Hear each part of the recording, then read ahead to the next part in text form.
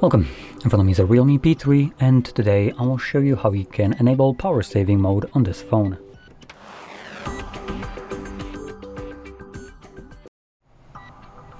So to get started, swipe down from the top of your screen twice, which will show you a bunch of toggles, and power saving mode should be visible on one of the pages. For me it is right here.